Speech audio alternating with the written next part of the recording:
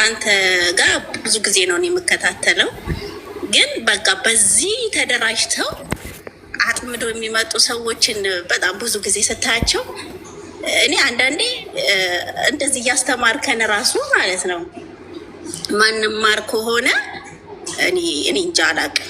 የምር እውነቴን ነው። እና የሆነ ሰው እኔ ጋር ሀይ ብሎ መጣ፣ የሆነ ሰው ማለት ነው። መጀመሪያ በወንድማዊነት ነው የመጣው። ከዛ ብዙ ጊዜ የሆነ አንድ ወር ያህል አወራኝ በቲክቶክ እንዲህ ሀይ ብሎ ነው የመጣው። ብዙ ጊዜ እንዲህ ቲክቶክ ላይ ቢያንስ 3 ወር 4 ወር ሀይ ይለኛል፣ ግን እኔ አልመለስኩም። ከዛ ምንድን ነው ብዬ መለስኩኝ። ከዛ ሰላም ነሽ ወይ እንዴት ነሽ ምናምን፣ ከዛ ደህና ነኝ ምናምን ብዬው፣ ከዛ ትንሽ የተወሰነ ጊዜ እያወራን፣ ያው እኔ ዝም ብዬ በወንድማዊነት ነው እያወራሁት የነበረው። ከዛ መካከል ላይ ትዳር አለሽ? አለኝ አልኩት እኔ ዝም ብዬ ማለት ነው። ከዛ ማይ ሲለኝ አልምልም ምናምን ብዬ እያወራን ቀጠልን። ለተወሰነ ጊዜ ከቀጠልን በኋላ በቃ እንደዚህ ቤት አለኝ ምናምን አለኝ። ብዙ ነገር አወራልኝ። ከዛ እኔ ያው ዝም ብዬ ነው የምሰማው። እኔ አንዳንዴ እንደ ቀልድም አድርጌ እሰማለሁ። ማለት ሰዎችን መጀመሪያ የምትፈትንባቸው መንገዶች አሉ። ከአንድ ቦታ ሄደህ ከተማርክ ሁሌ መማር አያስፈልጋል። አንዴ ማለት ቲክቶክ ላይ ሀይ ብሎ ከሰላምታ ከላከልሽ በኋላ ነው ወደ ትዳር ወሬ የገባው? አዎ እንደዛ። ከዛ በኋላ ገባ እንደዚህ ይሄ እሱ ትዳር የለኝ እኔ ትዳር አለኝ ምናምን ካልኩት በኋላ ማይ እስኪ ምናምን ሲለኝ አልማልኩም እኔ። ከዛ በቃ እንደዚህ ቤት አለኝ እኔ ትዳር ነው የምፈልገው ምናምን አለ። ውስጡን ሁሉን ነገር ነገረኝ። ከዛ ያው እኔ ዝም ብዬ ነው አወራለሁኝ እንጂ ብዙም ውስጤ አልተቀበለውም። ከዛ እያወራን ቤት እንዳለው ምናምን እንደሚሰራ ነገረኝ። ከዛ እንደዛ ካወራን ከ2 ወር ከ3 ወር በኋላ ስልክ እንትን አለ፣ ስልኬ ተበላሸ አለኝ። አንቺን ለማውራት ስልኬ ተበላሸ ብሎ አንድ ቀን ዘለለና በማግስቱ ደወለልኝ። ሳምን በቃ እኔ እንዴት ላድርግ? ስልኬ እንደዚህ ከጓደኛዬ ጋር ሲሄድ በሞተር ወርቆ ተሰበረብኝ አለኝ። ታራ አልኩት። ታዲያ ምን ይሻላል ግዛ ምናምን ብዬ ዝም አልኩት። ከዛ አሁን አንድ ቀን አልፎ አሁንም በሁለተኛው ቀን መጥቶ ደወለልኝና የታናሽ እህቴን ስልክ ነው ይዤ የመጣሁትና ከእሷ ቀምቼ ይዤ መጥቼ አንቺን ለማናገር ግዴታ ስለሆነ የእሷን ስልክ ይዤ መጣሁ አለ። እሺ ታዲያ ምን ይሻላል ምናምን አልን። አሁንም ዝም ብለን እኔ ዝም ብዬ ነው የማወራው። ምንም ከኔ የሚወጣ ነገር የለም። ከሱ ምን እንደሚመጣ ብቻ ነው የማዳምጠው እኔ ማለት ነው። አሁን እንደዚህ አለኝ። እዛ ያለሽበት ሀገር ስልክ እንዴት ነው አለኝ። ስልክ እኔ ያለሁበት ሀገር አንድ ናቸው፣ ኢትዮጵያም እዚህም ዋጋው አንድ ነው። ያው በዚህ ሲታሰብ ትንሽ ይመስላል እንጂ ዋጋው አንድ ነው ወደ ኢትዮጵያ ሲቀየር። እና እንዴት ይሻላል? እኔ አሁን አንቺን ለማውራት ምናምን እዛው መግዛት ነው፣ ቀለል ያድርገን እዛው መግዛት ነው እንጂ ያው ነው ሲመነዘር ያው ነው እዚሁ። እዛ መልሶ ምን አለኝ፣ ትንሽ እንዴት ይሻለኛል? አንድ ስልክ እንደው ዝም ብሎ ቀለል ያለ ስልክ መግዣ ምናምን እመልሳለሁ እንደዚህ ብታረግ። ኧረ እኔ እኮ ስልክ ምናምን እኔ መግዣ የለኝም አሁን እጄ ላይ፣ እኔም ለሆነ የሆነ ነገር ስላጠፋው ብር የለኝም አልኩት። በዛ አወራን፣ ዘጋን፣ ቆየን። አሁንም በዛ እያወራኝ ነው። አሁንም አረሳስቶ የሆነ ሰዓት ላይ መጣ ድጋሚ። እያወራ ነው ግን ያ የስልኩን ብር አላኩም። ከዛ መልሶ ከእንደገና አሁንም በቃ አሁን የሆነ ስራ በጣም የተጧጧፈ ስራ ጀምሬያለሁ አለኝ። ኧረ አልኩት። አዎ ጥሩ ነው አልኩት። እንደዚህ ስሙን መጥቀስ አልፈልግም። ቦታው እንደዚህ ቦታ የሆነ ስራ ጀምሬያለሁ እና ትርፋማ ነው። በ15 ቀን ምናምን 7,000 ምናምን ትርፍ አለው አለኝ። ኧረ አዎ ጥሩ ነው እንደዚህ ማደግ ጥሩ ነው። እና እኔ ስለ ስልኩም አላነሳሁም ስለምንም አላነሳሁም። ዝም ምን ያልኩት ጥሩ ነው ብቻ ነው የምለው። ከዛ 15 ቀን ከቆየ በኋላ መልሶ መጣ።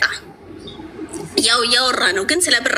ከዛ በኋላ ከስልኩ በኋላ ዘግቶ ጥሩ ስልክ ስራ እንደሚሰራ ነው የሚነግረኝ። ከዛ እሺ አልኩኝና ዝም አልኩት። ጥሩ ነው ምናምን ብዬ ዝም ብዬው እንደቆየው የሆነ ነገር ላማክርሽ ነበረ አለኝ።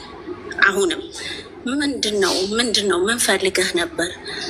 ከዛ እንደዚህ የሆነ ስራ ነጋዴዎች ከዛ መጥተው ይሄንን እቃ እንደዚህ አይነትን እቃ መጥተው ከዚህ ነው የሚጫነው። አሁን ጊዜው ስለሆነ እየተጫነ ነው እና ተገዝቶ ቢቀመጥ ነጋዴዎቹ ብር ቶሎ ቶሎ ስለማይለቀቅላቸው ተሎ ተሻምቶ መግዛት ስለማይችሉ አሁን ብር ቢኖር ግን ተገዝቶ ቢቀመጥ ያተርፍ ነበር አለኝ። ኧረ አልኩት። አዎ አለኝ። ታዲያ ገዝቶ ማስቀመጥ ነው አልኩት። አሁን እኔ ብር የለኝም እና አንቺ የሆነ ብር ላኪልኝና ገዝቼ ላስቀምጥ አለኝ። እኔ ብድር አለብኝ ከሰው የተበደርኩት ብር ስላለብኝ ያን እየከፈልኩ ስለሆነ አሁን እኔ ብር አላገኝም። አንተ ባለፈው 7,000 በ15 ቀን በሳምንት እናገኛለን እያልክ ነበር። ከዛ ተፍ ብለክ እንደምንም ገዝተህ አስቀምጥ። ባይሆን እኔ ስመጣ የሚያዋጣ ከሆነ አይቼ እኔ ቦታው ላይ መጥቼ ገዝተን እናስቀምጣለን እንጂ እኔ አሁን እዚህ ሆኜ መግዛት አልችልም አልኩት። አንቺ ከጓደኞችሽም ከዛ አፈረና እንዲህ በእንትን ነበር የሚያወራኝ፣ በዋትሳፕ ነበር የሚያወራኝ። እሱን ከዛ ቦይስ ማድረግ ጀመረ። አንቺ ከጓደኞችሽ አንቺ ትሻለሽ፣ እዛ ሀገር ነው ያለሽው፣ ተፍ ብለሽ ከማንም ከጓደኞችሽ ደምነሽ ላኪልኝ አለኝ። እንዲህ አንተ ነህ እንጂ እዛ እኔ እኮ ብቻዬን ነኝ፣ እዚህ ጓደኛ ምናምን የለኝም። ደሞዝ መዳም መሰጠኝን ወዲያው ለሆነ ጉዳይ አውለዋለሁ፣ ግን እዚህ ተፍ ብዬማ አገኘው ሰው የለኝም አልኩት። ከዛ በኋላ አሌክስ በቃ ማልበላ ሰው መሆኔን ሲያቅ ብሎክ አድርጎኝ ወጣ እና ለዚህ ብቻ ብለው ወገባቸውን አስረው በቃ እንዴት ነው ቤት በኩል አሁን እኔ አምልጬዋለሁ። ሌላዋ ጋር ሄዶ ነው ደግሞ በዚህ ሙድ ሊበላት የሚሄደው ማለት ነው። የመጀመሪያ ደረጃው ስልክ ነው። በቃ የመጀመሪያ ፖይንታቸው ስልክ ነው። ስልክ ተሰበረብኝ፣ እስክሪኑ እንደዚህ ሆነብኝ። ከዛ በኋላ ነው የስራው አጀንዳ የሚመጣው ማለት ነው። እና በጣም ስልት አድርገውታል። ይሄንን በቃ አንተን ብለውታል። ይሄ ትልቁ የምንበላበት ትልቁ እንትን ይሄ ነው። እኔ ምን አገባኝ? እኔ ጋር ሲመጣ ይዞት የመጣው ስልክ እኔ ጋር ሲደርስ ተሰበረበት። ከእንደገና ደግሞ ሌላ ንግድ ውስጥ ገብቶ ነበረ። በጣም አትራፊ ነው እና እንደዚህ ያድርግ። እኔ ይሄንን ሰውዬው አላውቀው፣ ማውቀው በዚህ ነው። እንዴት ነው እኔ ገንዘቤን አውጥቼ ላቤን ጠብ አድርጌ ያመጣሁትን ላቤን አውጥቼ የምሰጠው? እንደኔ መኪና ራሱ አምጥቶ ቢያቆምልኝ እኔ እንደዚህ አይነት ነገር ለነገሩ ደረቅ ነኝ።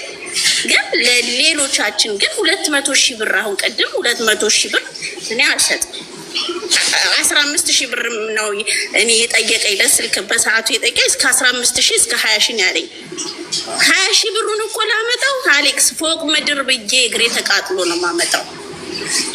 አንድ ተራ ሰው መጥቶ እኔ በዚህ እኔ አንተ ጋር እዚህ ጋር ከታች ሆኜ ነው የማዳምጠው ሁሌ ስራ እየሰራ ግን ለምን ጭንቅላታችንን መጠቀም ለምን እንደሚጠቀሙብን እነሱ ተጠቅመውብን እኮ እኔ ያንን ብር ብሰጠው ብሎክ አድርጎኝ ነበር የሚሄደው። እንኳን አይደለም አየህ ብሩ ነው ፈልጎ የመጣው እንጂ እውነት እኔን ፈልጎ ነው ወይ የመጣው? እኔን ፈልጎ ቢመጣማ ብሎክ አያደርገኝም። እና ይሄን ነው። በጣም ነው የምናመሰግን፣ እንወድሃለን፣ እናከብረሃለን። ሁሌም ኖርልን። ለሁላችንም ያው ትምህርት ነው የምትሆነን ማለት ነው። እና በዚህ በትንሽ በተልካሻ ነገር መሸወድ የለብንም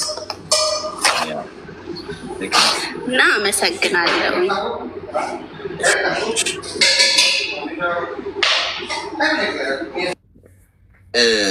ይሄ ለሁላችሁም ትምህርት ያው ቲክቶክ ላይ ያለው ነገር ነግሬያችኋለሁ። እዚህ ውስጥም አሁን አደን የሚወጡ አሉ። ቅፈላ 1900 ሰው አለ። 1900 ሰው ከብዙ ሀገር ብዙ አይነት ሰው ነው ያለው። እዚህ ውስጥ ቁጭ ብሎ የሚያያል የምትገባውን የምትወጧን እዚህ ገስት ላይ ገብታ አውታ ፕሮፋይሏን ገብቶ ያያል። እያንዳንዱን ባይዘ እኔ ኮክ ነኝ፣ በእናትህ እኔ ኮክ ነኝ። በጣም ሽማግሌ ሰው ነኝ። ሽማግሌ ሰው ታውቃለህ፣ የድሮ ሰው ማለት ነው። የዘጠናዎቹ ምናምን የጃጅ ሰው ያው ዝም ምለው እንትን ስላልሆነ ነው። ገብታ ስትወጣ እዚህ ጋር ገስት ላይ መጀመሪያ ፕሮፋይሏን ነክቶ ይገባና ምናምን የአካውንቷን ያይና ምናምን ፎቶን ቪዲዮ ለቃ ከሆነ ምናምን አሪፍ እንትን ከሆነ በውስጥ መስመር ሀይ እንዴት ነሽ በጣም የሚያሳዝነው ታሪክሽ የሚገርመው ቅድም ሰምቼው ነበረ። እዛ ጥላቢስ ልጅ ሆነ ቤት ገብተሽ ያው ጥላቢስ አይላትም ግን ያው በልቡ ማለት ነው እሱ ሰው መሰለሽ እንዴ ምናምን እያለ እሱ ቤት ገብተሽ ነበረ እና በጣም ነው ያዘንኩት ታሪክሽን ሰምቼ። ልረዳሽ ፈልጋለሁ፣ ላግዝሽ ፈልጋለሁ። እኔ እዚህ ሀገር ነው የምኖረው፣ እንዲህ ነው የምሰራው እንዲህ እና እስቲ ቦክስም ስልክሽን ማስቀምጭልኝ እና ምናምን ይልሻል። አዎ ብለሽ የምታወሪ ከሆነ ተበላሽ ማለት ነው። ይሄ በግል ኮንሰልት ላድርግሽ ምናምን እኔ ራሱ አላረግም። በግል ራሱ መጥቼ እኔ ሀይ ካልኩሽ ብሎክ አድርጊኝ። እኔ አይደለሁም ወይ በእንቅልፍ ልቤ እጄን የጻፍኩት ወይ የሆነ ሾጥ አድርጎኛል ማለት ፐብሊክ ላይ ነው የምናወራው። እዚህ ሰው ይማርበታል፣ ተጠናቋል። እዚህ ላይ ሀሳብ ይሰጣል፣ ወደ የቤታችን ይሄዳል። በውስጥ እንትን ልበልሽ ምናምን ቢላ ስለሆንልሽ ነው ቆዳሽን ሊገፋው። የለም ሀይ ሲሏችሁ ብሎክ አድርጓቸው፣ ወይ ደግሞ የጻፉላችሁን ሰዎች እዚህ ጋር ስክሪንሾት አድርጋችሁ አምጥታችሁ እዚህ እኔ አስገባችሁና በትልቁ አረጋችኋለሁ። ነይ እቃሽን ሰብስቢ ትያታለሽ። ሚስቱ ትኖራለች እዚህ ውስጥ። እንዲህ ብሎ የጻፈልኝ ሰው አለ። ፕሮፋይሉ ይኸው እንትኑ ከሌ ይባላል።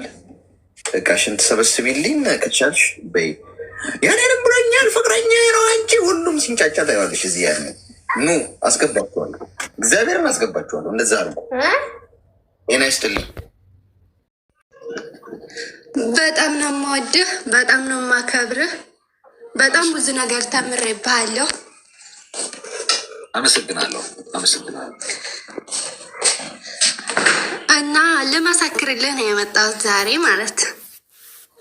እሺ፣ እግዚአብሔር ያክብርልኝ። እሺ፣ አመሰግናለሁ። የምር በአንተ ምክር ማለት ነው።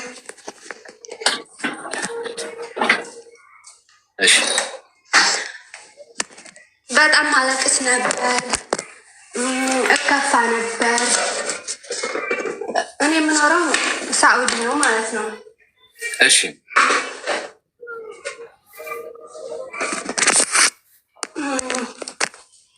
የሆነ ልጅ ታዋቂ በጣም ነው የምወደው፣ አፈቅረዋለሁ። እሺ፣ ከዛም ነገርኩት እንደምወደው ሁሉን ነገር ነገርኩት ማለት ነው። ከዛ እሱ ረጅልኛል ማለት ያኔ ግንኙነት ይፈልጋል። እኔ ደግሞ አልፈልግም። መስራት እፈልጋለሁ ግን ባሌ ሊሆን እፈልጋለሁ። እኔ ሞራል አለ። ስራ ላይ ነሽ? ድምፅሽ በጣም እየራቀ ነው። ራሴ ያለው ጫጫታ ነገር አለው። ስልክሽ በጣም ይረብሻል። እሺ፣ አሁን አይሰማህም? እንደሱ አውሪ። አሁን ይሰማል። እሺ። ከዛ በጣም ነው የምወደው። ከዛ ስነግረው ውረጅልኝ አለ ማለት ነው። ውረጅልኝ? እኔ ደግሞ መውረድ አልፈልግም። ያኔ ግንኙነት ይፈልጋል እሱ ማለት ነው። እሺ። ከዛ እኔ ደግሞ ኖ አልኩት። ያኔ መገናኘት አልፈልግም ግን እወደዋለሁ። እሺ።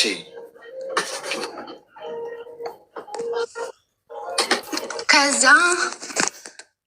የእሱ እህት የኔም እህትም እኮን ነበረ በመሀላችን ማለት ነው። ከዛ ሌላ ሰው እንደሚጠይቀኝ ምናምን ለእሷ እነግራታለሁ። እሺ። ከዛ ልጅቷ ያንን እየወሰደች ትነግረዋለች።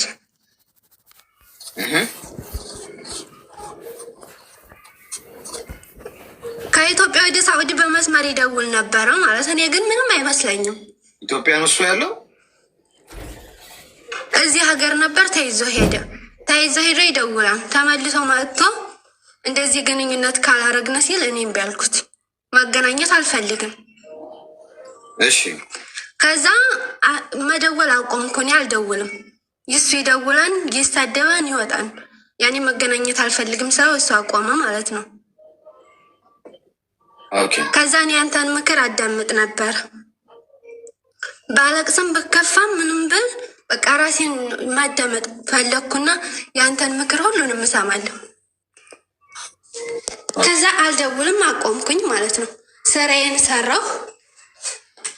በቃ እሱ ሲናፍቀኝ ማልቀስ ካለብኝ አለቅሳለሁ፣ ለጓደኞቼ ማውራት ካለብኝ አወራለሁ ምናምን። በቃ በራሴ መጠንከር እንዳለብኝ አስተማርከኝ ማለት ነው። ከዛ ዝም አልኩት። ስራዬ ላይ ብቻ ተኮርኩኝ፣ ሰራሁ። አሁን ተለወጥኩ፣ እግዚአብሔር ይመስገን። ከዛ በ5 ዓመት ሙሉ አፈቅረው ነበረ፣ ግን አልወርድም፣ አልነግረውም፣ ሄጃ አልደውልም፣ እሰራለሁ፣ ግን አፈቅረዋለሁ። ሌላ ሰው በህይወቴ አላስገባውም። ከዛ ሰራው፣ ቦታ ገዛው፣ ቤት ሰራው፣ ተለወጥኩ። ከዛ ከተለወጥኩ በኋላ ሄጄ ነገርኩት። በጣም አፈቅርሃለሁ፣ እወድሃለሁ፣ በቃ የምፈልገውን ነገር ሁሉ አድርጌያለሁ። መጋባት ካለብን እንጋባ አልኩት ማለት ነው።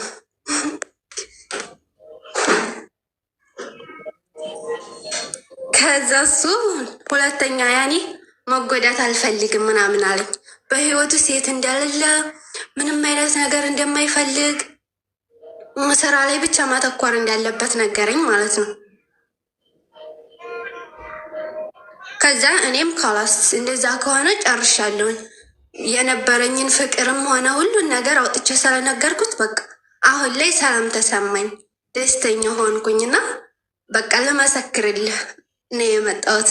እና አንዳንድ ሴቶች አሉ ሲጣሉ ምናምን ወርደው የሚያለቅሱ ኢጃዛ ቤት ቁጭ ብለው ስራ መስራት ያቃታቸው ራሳቸውን የሚጎዱ በጣም ብዙ ሰዎች አሉ። እና ማልቀስ ካለባቸው በስራ ቦታ ማልቀስ፣ በቃ ሁሉን ነገር እየሰሩ ሁሉን ነገር ማድረግ ይችላሉ ብዬ ሳለማምን ነው የመጣሁት ማለት ነው ዛሬ። ጥሩ ነው ያልክሽው። እሺ ጎበዝ፣ በዚሁ ተቀጣጥ። እሺ መጥተሽ ደግሞ አስበሽ ስለነገርሽኝ እግዚአብሔር ያክብርሽ። እሺ አመሰግናለሁ። እሺ ወንድም፣ እኔም አመሰግናለሁ። እሺ እንትን ነው ቴስቲሞኒ ነው። እሺ ጋይስ፣ ልታመሰግነኝ ነው የመጣችሁ። ደህና ነች። ከእሷ ደግሞ ትምህርት ውሰዱ። የምትጃጃሉ ሰዎች ከእሷ ትምህርት ውሰዱ። ጎበዝ ነች እሱ። ታፈቅረዋለች፣ ግን ራሷን ጠብቃለች። በቃ ነይ ስላላት አልሄደችም። እንደፈለገ ሊያረጋት አልቻለም። ፍቅር ውስጡ ያለውን ፍቅር ልትቆጣጠረው አትችልም። ራሷን ግን መቆጣጠር ትችላለች። ይህ ማለቱን ማለት ነው በልባችሁ ብቻ ለመሄድ ማለት ነው። አይምሯችሁን መጠቀም ማለት ነው። እሷ ያደረገችው እሱ ነው። ልቧ ፍቅር አለው ይፈልጋል ምናምን፣ ግን ጭንቅላቷን ተጠቀመችበት ማለት ነይ ሲላት አልሄደችም። ይሄንን በደንብ ከእሷ ትምህርት ከእያንዳንዱ እርምጃ በህይወታችን ትምህርት መውሰድ እንችላለን። እሺ ኮይን ልስጣችሁና አሁን ስጨርስ ነው ያየሁት። ምን እንታዘዝ? እኔ የሆነች ጓደኛ የነበረች በአካል አንተዋወቅም፣ ኢሞ ግሩፕ ላይ አንድ ላይ ነው ቁርአን የምንቀረው እና የእሷ ስራ ቦታ ጅዳ ነው። እኔ ጧይፍ ነው ያለሁት፣ በጣም ርቀት አለን። ላኪን ኮንትራት ነበረች በፊት ማለት ነው። ከወጣሽ በኋላ ነው ከኔ ጋር የተዋወቅ ነው። ከዛ ስራ እንደዚህ በ2000 ብር እናስገባሻለን፣ በ1800 እናስገባሻለን ብለው ነው ያስጠፏት ልጅቷን ማለት ነው። እና አሁን ካስጠፏት በኋላ ስራ አላስገቧትም። 7 ወሯ። እኔ ጋር የምንተዋወቀው ኢሞ ግሩፕ ላይ ቁርአን ግሩፕ ነው የምንተዋወቀው። ስራችንም የብቻ ነው፣ ቤታችን የተከራየ ነው፣ የብቻ ነው፣ አንገናኝም። ላኪን የምንገናኘው ግሩፕ ላይ ነው። እና ይቺ ልጅ አሁን ራሴን ላጠፋ ነው፣ እኔ ከዚህ በኋላ ምንም ተስፋም የለኝም፣ ያስጠፉኝ ሰዎችም ስራ ሊያስገቡኝ አልቻሉም ብላ ደወለችልኝ ማለት ነው ጠዋት። እኔ ምን ማድረግ አለብኝ? ይሄን ጨንቆኝ ነው የጻፍኩልህ። የት ናት አሁን? አለች እዚህ የለችም። የአሌክሶ እኮ የሚባል አለ የቲክቶክ አካውንት ስጭኝ፣ የአሌክሶ ጋር ልውሰድ ስላት እኔ የሰው ምክር ምንም አልሰማም፣ በቃኝ፣ 7 ወር ተቀመጥኩኝ፣ ያስጠፉኝም ስራ ሊያስገቡኝ አልቻሉም አለች። እና ጅዳና መካ ያላችሁ ስራ በዛ አጋጣሚ ይፈልጉላት፣ እኔ ስልኳን እሰጣችኋለሁ ወላሂ። እና ምን ማድረግ አለብኝ? ይዘሻት ነው አልመጣም አለች። እኔ ምንም ምክር ምንም መስማት አልፈልግም። ምንም ተስፋ ቆርጫለሁ። ምክር አለ ስራ አይደለም የምትፈልገው? አይዋ እኮ ስራ እናፈላልግላት እና ትግባ ትምጣ። ካልመጣ ሰው እንግዲህ የራሱ ህይወት ይኸውልሽ፣ አንድ ነገር ልንገርሽ እናት፣ አንድ ሰው ራሴን ላጠፋ ነው ሲል አታባብሉት። እሺ ጋይስ ያደርገዋል ስታባብሉት። ተው የኔ አባት በእናትህ እንደው ራስንማ እንዳታጠፍ። ኧረ ተው ብዙ ሰው ይጎዳል ምናምን ትል። አደርገዋለሁ ራሴን ላጠፋ ነው ይል ማግድ ይሰጠዋል ነው መላታውን ትምጣና ብትሞት ማግድ ይሰጠዋል። ማንም ግድ አይሰጠውም። የሷ ቤተሰብ እኔም አንቺም እሷም ማንም። የራስሽ ህይወት ለራስሽ ነው ኃላፊነት የምትወስጂው። እና እባክህ በእናትህ እንደው ስትይው ሰው ብሶት ነው የምትለቂበት። እንደውም ውስጥ ብትሞት ባትሞት ምን አገባው? ማን ምን አገባን? እኛ የራሳችን በጣም ብዙ ሩጫ አለብን። ራስህን ብታጠፋ የምትጎዳው ራስህን ነው። እውነቱም ደግሞ እኮ እሱ እኮ ነው። አንድ ሰው ራሱን ቢያጠፋ ሶዋት ራሱን አጠፋ ተብለ ዜና ትሆናለህ። ከዛ የሆነ ሰሞን ኮመንት ምናምን ብሎ ኢሞጂ ልኩልሃል ሰው። ከዛ ቀብርህ ቀን ስንት ሰዓት ይደረጋል? ትቀበራለህ፣ ትረሳለህ። ይህን ማስረጃ ልንገራችሁ። እዚህ አይነት ስሜት ውስጥ ያላችሁ ሰዎች ስላላችሁ እዚህ ውስጥ ራሳችሁን ለማጥፋት እስከ ዛሬ ድረስ የሞታቸው ዜና በጣም የተነገረ የተጮኸ ብዙ ኮመንትና ላይክ ብዙ ቪዲዮ የተሰራላቸው ሰዎች ከሞቱ በኋላ አሁን የት ናቸው? ይታወሳሉ? ሰው ሁሉ አዲስ አጀንዳ ነው የሚያገኘው። አዲስ ህይወት ይቀጥላሉ። ትረሳለህ ጓድ ከነ ምናምን። ለምን ታዋቂ ሰው አትሆንም? ለምንም ማንም ምንም ምትሆን የሆነ ሰሞን ነው ምትገን ነው ወሬ። ከዛ ትረሳለህ። ማንም ይረሳል ባይዘ ምድር ላይ።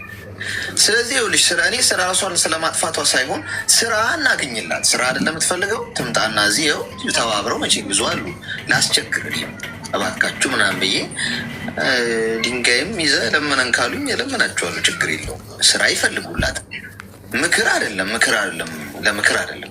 ትምጣ ንገሪያት። እሺ ኦኬ እሺ። እና በዛ አጋጣሚ በጣም ነው የምናመሰግንህ። እዚህ ላይ ወጥተው በመናገር ብቻ አይደለም መርፌ ቶክተን የምንድነው፣ ላኪን ከስልሙነን ብዙ ትምህርቶች እየወሰድ ነው። ብዙ ማለት ነው ወላይ በመናገር እዚህ ጋር ወጥቶ በመለፍለፍ ብቻ አይደለም ብዙ ነገር እየተማርን ከስር ሆነና ቃላት የለንም። ወላይ በጣም ነው የምናመሰግንህ። ኑርልን ወንድማችን። ወላይ አመሰግናለሁ። እሺ እግዚአብሔር ያስፈልጋል። ይዘሻት ነይ። እሺ ይዘሻት ነይ። ነገም ይሁን ዛሬም ችግር የለውም እስካለው ድረስ። በዚህ አጋጣሚ ራሳችሁን ለማጥፋት እያሰባችሁ ያላችሁ ሰዎች እንቅጩን ነው የምነግራችሁ። ማንም ግድ አይሰጠውም። የእናንተ ኢቨን ማጥፋታችኋል መኖራችሁ ማንም ግድ አይሰጠውም። ለራስ ስትል ነው የምትኖረው። ለራስ ህይወት ኃላፊነት የምትወስደው አንተ ነህ። ራስህን ብታጠፋም ብትኖርም ኃላፊነቱ የምትወስደው አንተ ነህ። ማንንም አትጎዳም በመኖርህ። ምንድነው በመሞትህ ማንንም አትጎዳም። በመኖርህም ማንም የተለየ ሰርፕራይዝ አይሆንም። የምትኖረው ለራስ ነው፣ ፈጣሪ ለፈቀደልህ ዓላማ። ሰዎች ራሳቸውን ለማጥፋት እንትን የሆነን ሰው የሚጎዱ እየመሰላቸው ይሄ አይነት ሀሳብ መበረታታት የለበትም። ገብቷችኋል? ሲወራም እንደው ሽሙን አርጋችሁ የምታወሩ ከሆነ ያንን ሰውዬ ፑሽ ነው የምታደርጉት። ሞር ሄሎ አሌክሶ የሆነ ነገር ላማክርህ ነበረ እና እሺ ንገሪ። እሺ ያው በፍቅር ጉዳይ ነው። እኔ የ6 ዓመት ፍቅረኛ ነበረኝ እና ከዛ በኋላ አሁን ላይ እኔ አይደለሁም ግን ራሱ ሽማግሌ ልላክ ምናምን ነገር አለ ለቤተሰብ ማለት ነው። አንዴ ከሽማግሌ መላኩ በፊት እንዴት ነው የተዋወቃችሁት የሚለው ነገር ከዛ ጀምረሽ። ኦኬ ከመጀመሪያ ጀምሮ እንደዛ ነው የምንጠነስሰው። መርፌውን ስንቀመም ታሪኩ በጣም ብዙ ነው። ግን እሺ መጀመሪያ የተዋወቅነው እኔ ከዱባይ ገብቼ ፓስፖርት ላሳድስ እሱ የታክሲ ሹፌር ነበረ እና እዛ ላይ ነበር የተዋወቅነው። ታክሲ ላይ በኋላ ሂሳብ ተከፍሏል ምናምን ብሎሽ ነው ከፍሎ ነው? አይ እሱ የራሱን ታክሲ ነበረ የሚነዳው። እሱ ራሱ ሹፌሩ ነበረ። ከዛ በኋላ ያው ቀጠለ፣ ማውራት ጀመረን ምናምን። ስልክ በአጋጣሚ ማለት ስልክ ይዘግቷል እና ስልክ አስደውይኝ አለኝ። ከዛ እሺ ብዬ የምር መስሎኝ የእውነት ደግሞ የተዘጋች ኮንጎ ስልክ አሳየኝ። ከዛ እሺ ብዬ ሰጠሁት። ከዛ ስልክና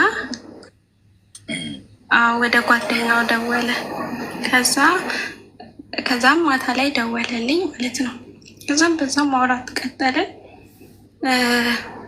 አሪፍ ልጅ ነው ልጁ። በሰዓቱ በጣም ጥሩ ልጅ ነበረ እና በጣም ረዥም ጊዜ አወራን በአካል ሳንገናኝ በስልክ ብቻ ማለት ነው።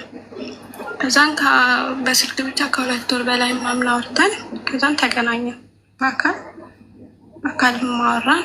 ከዛም ያው ነገሮች ይቀጥላሉ። እኔ ተመልሼ ሄድኩኝ ወደ አረብ ሀገር ማለት ነው። 6 ወር ምናምን ቆይቼ ኢትዮጵያ ተመልሼ ወደ አረብ ሀገር ሄድኩኝ። ከዛን አሳጥሬ ነው ብላገር እንጂ ታሪኩ ብዙ ነው።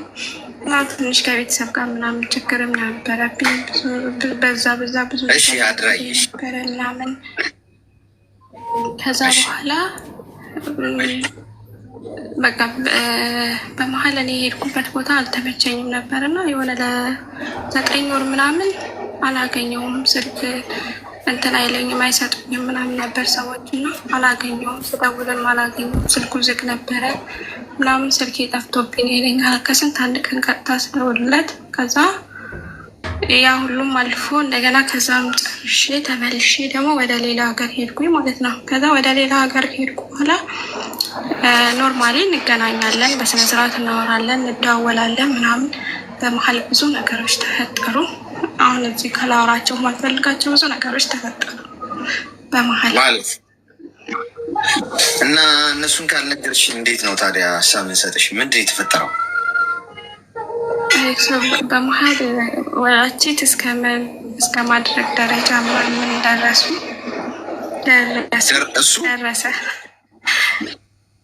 አዎ በጣም ደረሰ። አንቺ እሱ ናችሁ ያደረጋችሁት ወይስ እሱ? ንገሪና። እሱ በቃ እኔ ተመልሼ ሌላ ሀገር ከሄድኩ በኋላ እንደ አጋጣሚ ሆኖ እኔ የእሱን ስልክ ተቀያየርን። የእሱ ስልክ አሮጌ ነበር። የእሱን ስልክ ይዤ ሄድኩኝ። የኔን ስልክ እሱ ሰጠኝ ማለት ነው። የእሱን ስልክ ለእኔ ሰጠኝ፣ የኔን ስልክ ደግሞ ሰጠሁት ለእሱ እና የእሱ ቴሌግራም የእሱ ስልክ ላይ የቴሌግራሙን ይዤ ነበር ሄድኩትና እንደ አጋጣሚ በቴሌግራሙ ምክንያት ብዙ ሰዎች ማውራት ጀመርኩኝ እና ብዙ ሰዎች ሴቶች ይሰድቡኝ ነበረ በሱ ቴሌግራም። ብዙ ሴቶች ይሰድቡኝ ነበረ እና በቃ ብዙ ኢቨን ወድጄለታለሁ የምትል ሴት ሳይቀር መታለች። ግን ያንን ውስጤን ላለማሳመን ራሴን ታገልኩኝ። ግን ያው ብዙ ስህተት እንደሰራው አውቃለሁ። ግን ያ ሁሉም ነገር ራሴ እኔም ይቅርታ አድርጌለት ሁሉ ነገር አልፎ ከአመታቶች በኋላ ማለት አላቆምኩም። ከሱ ጋር ማውራት እየቀጠልኩት አድርጌያለሁ። ይቅርታ ምናምን አለኝ። ግን ብዙ ያላመናቸው ነገሮች አሉ። እኔ ደግሞ ለምን እንደሆነ አላውቅም። በቃ ማለት በብዙ ነገር ስለሚረዳኝ ይቅርታ አደረኩለት እና አብሬው ቀጠልኩኝ። አሁን ላይ ባለው ሁኔታ እሱ ሌላ ሀገር ነው ያለው፣ እኔም ሌላ ሀገር ነኝ ያለሁት። ከዛ እናወራለን በስልክ። አንድ ቤተሰብ ያውቃል፣ የእሱ ቤተሰቦች፣ የኔ ቤተሰቦች ሁሉም ያውቃሉ። ከዛ ረጅም አመታችን ነው፣ 6 አመታችን ነው። ከዛ ከራሱ እንጋባ ሽማግሌ ልላክ የሚል ቃል አወጣ። ከዛን ኦኬ አንተ ከፈለክ እሺ አልኩት። ከዛ በቃ ለቤተሰቦች ያሳውቄ እኔ ለቤተሰቦች ያሳውቃለሁ አለኝ። እሺ አልኩት። ከዛ እኔ ለቤተሰቦቼ ተናገርኩኝ። ቤተሰቦቼ በሱ ምክንያት ብዙ ነገር ሲሆን ስለሚያውቁ ትንሽ እንኳን ከከፋኝ በቃ በሱ ነው የሚባለው እና ደስ አላቸው። ለዚህ ደረጃ መድረሳችሁ ምናምን ብለው ተደሰቱ። ያ በቃ ዝግጅት ማድረግ ጀመሩ ማለት ነው። ከዛ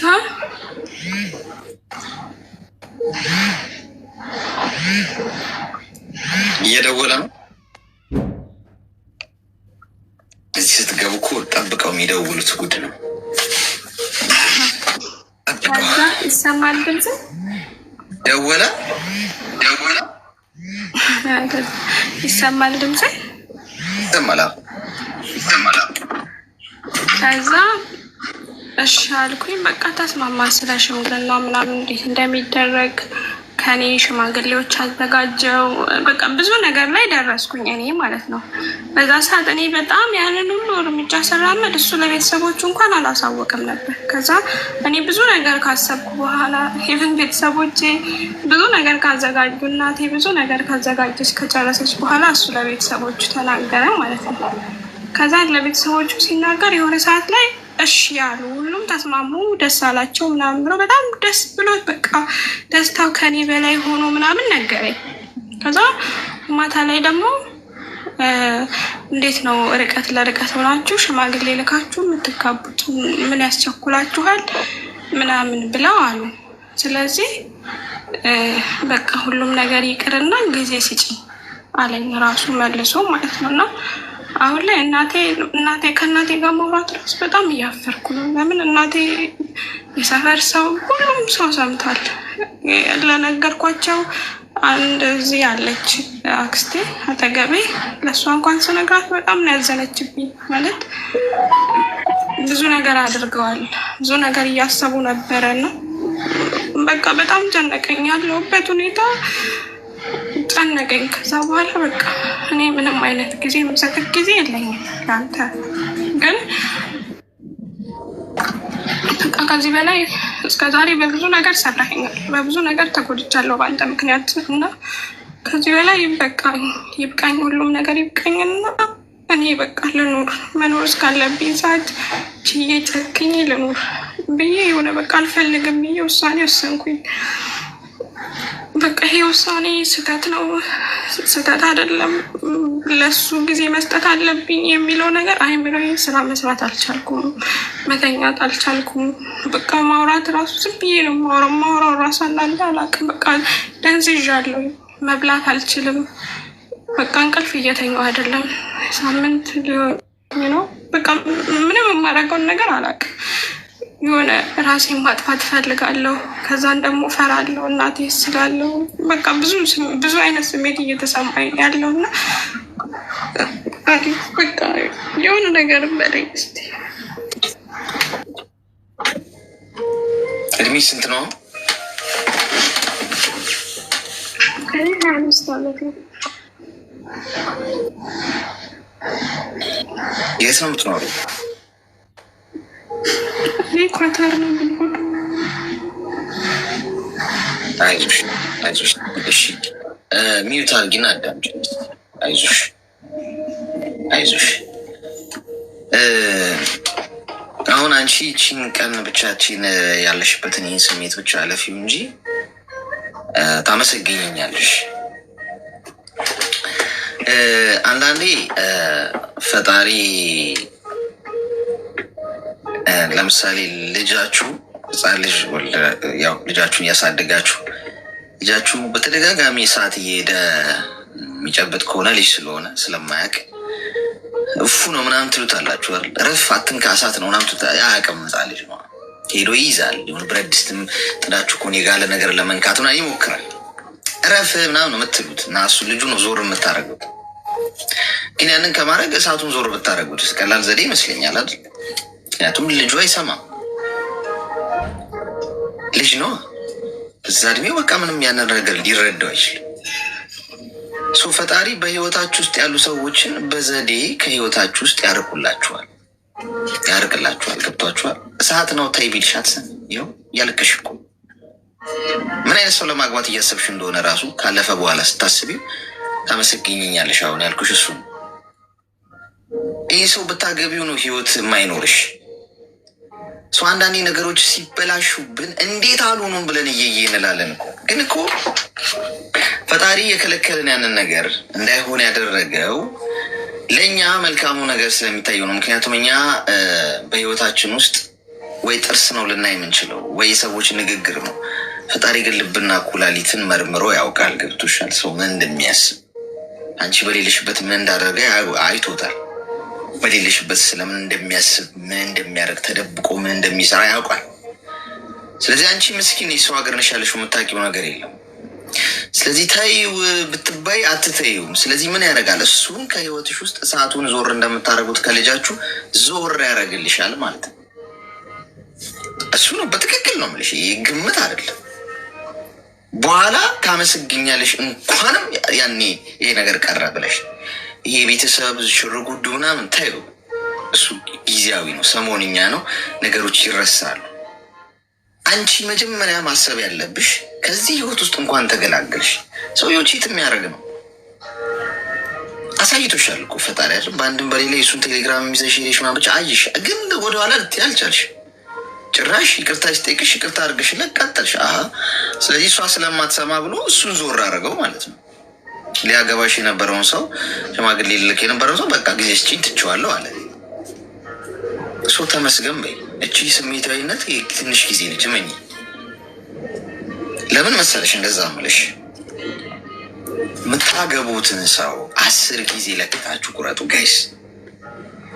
አንቺ እያሰብሻለሽው ገና ሀገር ቤት ሳትይዥ ሽማግሌ ተልኮ ነው። ልታገቢው እንደነገ ሆኖ ነው በነግርሽ። ሰርግ ተደግሶ እንትን የሰርጋችሁ ቀን ጋብቻችሁ ቀን እንደነገ ሆኖ ማለት ነው። ሰርግ ተደግሶ ሰው ተጠርቶ ምንድነው የሙሽራ ልብስ ምናምን ተዘጋጅቶ ሚዜ ተዘጋጅቶ ኤቭሪቲንግ ሁሉ ነገር የምትኖሩበት ቤት ምናምን እቃ ተገዝቶ ተሟልቶ ሁሉ ነገር ተስተካክሎ የጥሪ ወረቀት ተበትኖ የዛን ቀን ማታ ሰርግሽ እንደነገር ቢሆን ሰውየው ቺት ሲያደርግ ብታገኘው ወይም ቺተር መሆኑ ከገባሽ እዛ ጋር ነው የምታቆሚው። ትሰርዥዋለሽ ሰርጉን። ያንቺ ህይወት ከሰርጉ ከጥሪ ወረቀቱ ከቤቱ ይበልጣል። ሚዛን ላይ ስታስቀምጪው ውሃ የሚያነሳው የቱ ነው? ህይወትሽ ይበልጣል። ገብቶሻል? ትሰርዣለሽ። ማን ምን ያመጣል? መሬት ላይ ነው የምትኖሩ። ሰው ያወራል፣ ካወራ ውጭ ሌላ ምን ያመጣል? ነገ እንዲህ አይነቱ ህይወት ውስጥ ገብተሽ ስትቃጥ የሚደርስልሽ ሰው አለ? ማንም ሰው የለም። ቆራጥ ነው መሆን ያለብሽ ማለት ነው በህይወትሽ ውስጥ። እንደዚህ ስትሆኝ ነው ሰላማዊ ህይወት የምትኖሩ እንጂ አለበለዚያ ማንም መጠቀሚያ ነው የምትሆኝ። ስለዚህ አንቺ በጣም ጥሩ ልብ ያለሽ ሰው ስለሆንሽ ይሄ ትዳር እንኳን ቀረብሽ። ለምን ካልሽ ጥሩ ጥያቄ። አንቺን አግብቶ እላይሽ ላይ ሌላ ሴት አምጥቶ አልጋሽ ላይ ብዙ ነገር ሲያደርግ የምታገኘው ወንድ ነኝ። ነገ ስትቃጠይ ስትለበለብ የምትኖሪበት ትዳር ነው ይሄ። የማገጥ ሰው ሁሌ ማጋጭ በላይሽ ላይ ሴት ነው የሚደረድረው። አንቺን ታክሲ ውስጥ ነው ስልክሽን ብሎ የተቀበለሽ አይደለ? ሌላዋንም ሴት ይቀበላል። እንደዚህ ቆንጆ ልብስ ለብሳ የመጣች ተሳፋሪ ካገኘ ስልክሽን አንዴ የኔ እናት ቀለበቱን አውልቆ ኪስ ውስጥ ይከትና ታክሲ ሲነዳ ባለትዳር እንዳልሆነ እያሳየ ህይወትሽን መጫወቻ ነው የሚያደርግልሽ። እንቅጩን ነው መነግርሽ። ተዋጣልሽ አልተዋጣልሽ አይመለከተኝም። እውነቱን እኔ ነገርኩሽም ሄደሽ ተጋፈጥሽም እውነት ሁሌ እውነት። ለምን ሰው በተለያየ መንገድ እኮ ሊተዋወቅ ይችላል። ግን ኢዚ ወይ ሰው መጥቶ እናንተን ጆይን ካረጋችሁ ሁሉም ቦታ ጆይን ያደርጋል። ቆንጆ ነገሩ ላይ ይስበዋል። ልብ በጣም ውድ ነገር ነው። ዝም ብሎ ኢዚ ላይ አይሰጥም። ከሰዎች ጋር ብዙ ልግባባ እኮ እችላለሁ፣ ልስቅ ልጫወት እችላለሁ። ልብ ግን ዝም ብሎ አይሰጥም። ልቤን ዝም ብዬ በየሄድኩበት የምሰጥ ከሆነ ምንድን ነው ማለት ነው? ሁሉም ቦታ በቃ ያላገኘሁት ለማድረከኝ ሁላ ነው። ገብቶሻል? እንኳን ቀረብሽ። ጸሎት አድርጊ፣ ተመስገን በይ። ነገ አንተ የፈቀድክልኝ ይሆናል ብለሽ ፈጣሪን ጸሎት አድርጊ። ቤተሰቦችሽን ይቅርታ ጠይቂያቸው። ይቅር በሉኝ፣ የኔ ጥፋት ነው፣ አስተካክላለሁ፣ መስሎኝ ነበር፣ ልጃችሁ ነኝ፣ እንደ ልጅ ስህተት ሰርቼ ሊሆን ይችላል፣ ይሄ ብለሽ እናትሽ አባትሽን ማባበል አይከብድሽም፣ ይረዱሻል።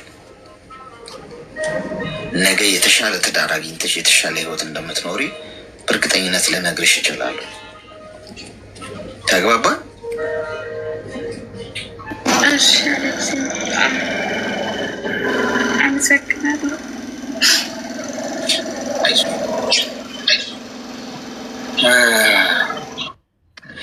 በእሳቱ ካልተቃጠልኩኝ እየዬ በእሳቱ ካልተቃጠልኩ እየዬ፣ ኧረ ተው፣ እኔ ካልተሰበርኩ እኮ ነው የእሱ። አሁን ምክንያቱም ሲማግጥ አግኝተዋለች። ብዙ ሴቶች አውርተውኛል አለች በቴሌግራሙ ምናምን። ይሄ ከምንም በቂ በላይ እሱ ላለማግባት በቂ ምክንያቷ ነው ብዬ ነው ማምነው። እንደዚህ ሆነሽ ገብተሽ መጨረሻሽ እኮ አያምርም እኮ። ልጅ ከወለድሽ በኋላ ደግሞ አስቸጋሪ። ሴቶች ልባም ወንድ ማግኘት ከባድ ነው ጋይስ። ልባም ስላችሁ በጣም በቃ የሚጨነቅላችሁ፣ የሚከላከልላችሁ፣ የሚታመን ታማኝ፣ ህሊናውን መግዛት የሚችል ስሜቱን መግዛት የሚችል በጣም ብቻ ከባድ ነው። ኤኒዌይስ እንዲህ አይነቱን ወንድ ማግኘት ግልጹን ነው መነግራችሁ። እንዲህ ሶሻል ሚዲያ ላይ ተዋውቀሽማ እንዴት ይሆናል? እናንተ የሚማርካችሁ እኮ ከላይ ወይ ንግግር ምናምን ጸሎት አድርጉ። በቃ ዝም ብሎ ይከፋኛል። አሌክስ ያለሁት እኔ አሁን የሰው ሀገር ነኝ። በቃ እነሱ ትንሽ አንድ ነገር ስሉኝ ሁሌ ማልቀስ ነው። ምን እንደማደርግ ግን ግራ ገባኝ። እነማን ናቸው? እዚህ ያሉ ሰዎች ማለት ነው። አሰሪዎችሽ? አሰሪዎቼ? አዎ ሰሬ ግን ምንም አትልም። ልጆቹ ትንሽ ነገር ሲያጠፉ በቃ ሁሌ እንዳለቀስኩ፣ ግን እሷ ይሄን ሁሉ አታውቅም። እኔ ደግሞ ለእሷ መንገር ማለት ነው ድንገት ልጆቼን ጠለሽ ምናምን ትለኛለች ብዬ ያሳስበኛል። ምንድን ነው ማለት በህይወትሽ ውስጥ ሁሌም ነው እንደዛ? በፊትም ነው ወይስ አሁን? ሁሌም ነው በቃ እኔ በጣም ሁሉም ነገር ችዬ ነው በቃ ያለሁት ገባክ። ግን እሷ ደግሞ ምንም አትልም። በቃ የኔ ባህሪ ደግሞ ሁሌ ማልቀስ፣ ሁሌ ይከፋኛል። በቃ ከቤት ራሱ ወንድሞቼ ምናምን ሳይደውሉልኝ ስቀር ማለት ነው ሁሌ እንዳለቀስኩ ቁጭ ብዬ በቃ እንዴት ነው ማትደውሉልኝ ብዬ ነው ቁጭ ብዬ ማለቅሶ። በቃ ሁሌ አንድ ቀን ደስተኛ ሆኜ አላውቅም። ልጆቹ ምንድን ነው የሚያደርጉሽ? ህጻናት ናቸው? ህጻናት ናቸው። ትልልቆቹም አሉ። ቤቱን አስተካክዬ ምናምን ስነሳ ያበላሻሉ ቤቱ። በቃ ሁሉም ነገር ሰርቼ ስመጣ ያበላሽ። መጥቼ ስተኛ ደግሞ መጥቶ በሩን ይከፍታሉ፣ ያንኳካሉ። ግን እሷ ደግሞ ዝም ብላ ነው በቃ በአይኗ የምታይ እንጂ ለምንድን እንደዚህ የምታደርጉ አትላቸው። እኔ ደግሞ መናፈራ። እድሜያቸው ምን ያህል ነው? እድሜያቸው አንዷ 15 16 8ኛ ክፍል እና 7ኛ 3ኛ ክፍል እነዚህ ማለት ነው። ቤተሰብ አለመደወል በአጠቃላይ ላይ ሁሌ ይከፋኛል። ለምንድን ነው እኔ ሰው የለኝም፣ አይዞሽ የምለኝ ሰው የለኝም። ሁሌ በቃ ማልቀስ ነው ጠዋትና ማታ። አንድ ቀን ውስጤ ደስተኛ ሆኜ አላውቅም። አሁን ጨርሼ ኮንትራቴን ጨርሼ 3ኛ ዓመት ራሱ ይዣለሁ። ሄዳለው ስላት አትሄጅም ብላ እምቢ አለችኝ። እሷ ደግሞ ቤት መቀየር ፈልጌ ነበረ ግን ይሻላለችኝም። እድሜሽ ምን ያህል ነው አንቺ? 28 የሁለት ልጆች እናት ነኝ ነው ያለኝ ሲጀመር። እውነት? ልጆችሽ ትልቅ ልጆች ናቸው? እናቴ ጋር ናቸው። አዎ ትልቁ 10ኛ ክፍል ነው። ትንሹ ደግሞ 11 ዓመቱ ነው። 5ኛ ክፍል ነው። እኔ በልጅነቴ ነው አግብቼ የወለድኩት። በቃ አልተመቻቸልኝም ሁሉም ነገር ኖሮ ገባክ። ገንዘብሽን ሴፍ ታደርጊያለሽ በአግባቡ የምትሰሪውን ነገር? አዎ እናቴ ጋር ነው ገንዘቤን ሴፍ ማድረገው። በቃ ለእናቴ አንዳንድ ነገር የሚደረገውን ነገር አድርጌያለሁ። አልሐምዱሊላህ ሁሉም ነገር በቃ ሴፍ እያደረኩ ነኝ። ለልጆች የሚያስፈልጋቸውን እያስተማርኩ ነኝ። ምንም በቃ ለወንድሞቼን ግን ወንድሞቼ ደግሞ እዚህ ጋር ማለት ነው የት እንዳለው ራሱ አያውቁኝም። በቃ አይደውሉልኝም። ገባ። እኔ ደግሞ ይከፋኛል።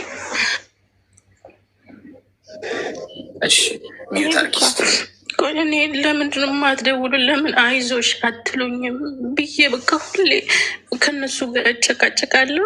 እነሱ ደግሞ እንዳትጨናነቂ ነው ከአንቺ ሌላ ነገር እንደፈለግን ይመስላል ይሉኛሉ። እኔ አልፈልግም እሱን ሳይሆን በቃ አይዞሽ በርቺ ለምንድን ነው የማትሉኝ? እኔ ያለሁት የሰው ሀገር ነኝ። ብታመም ራሱ ለማንም እናገረው ሰው ልበል። አሁን በጭንቀት ማለት ነው ልቤን ያመኛል፣ በል ራሴን ያመኛል። ሴትዮዋ ሐኪም ቤት ወስደኝ ሁሉ ነገር አስመርምራ ምንም የለብሽም አለችኝ። ግን በተኛውበት ቦታ ሉን ልብ የሚያፍነኝ ግራ ገባኝ። ሁሌ ደግሞ አንተን እከታተላለሁ። አይዞሽ እስቲ ሚዩት አድርጊና አዳምጪኝ።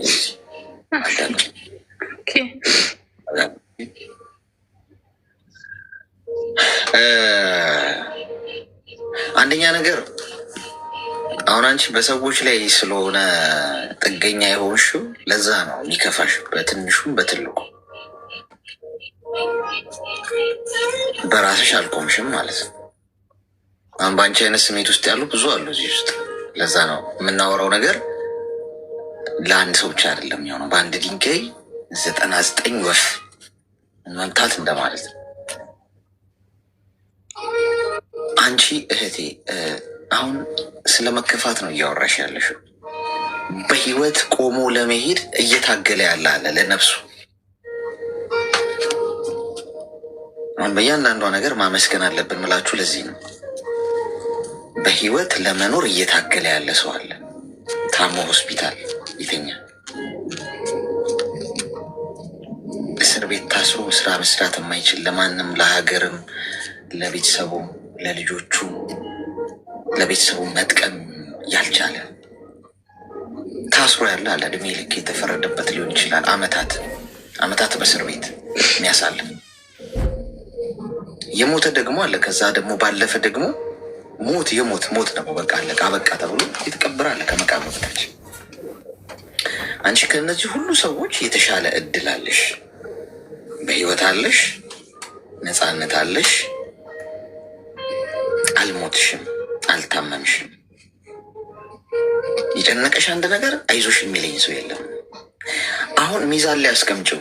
አሁን ያልኩሽን ነገሮችና የተሰጠሽና እጅ ላይ ያሉት ነገሮችና አይዞሽ የሚልሽ ሰው አለመኖሩ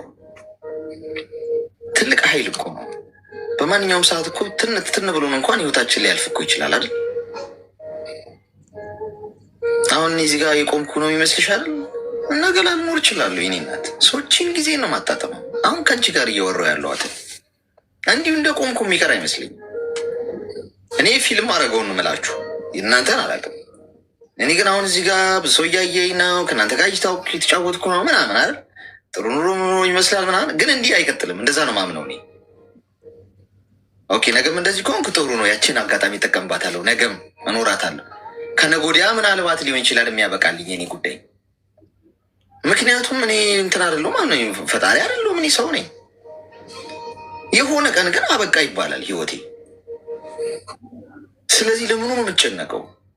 ሰው ስላልደወለልኝ ልጨነቅ? ያለችኝን ጊዜ መኖር ነው እንጂ የምትጨነቁበት ነገር ሁሉ እናንተ የማትኖሩበት ህይወት ሊሆን ይችላል። ሀቁን ነው የምነግራችሁ። እናንተ እየተጨነቃችሁ እየተጠበባችሁ ያላችሁበት ህይወት ሜቢ የላችሁበትም።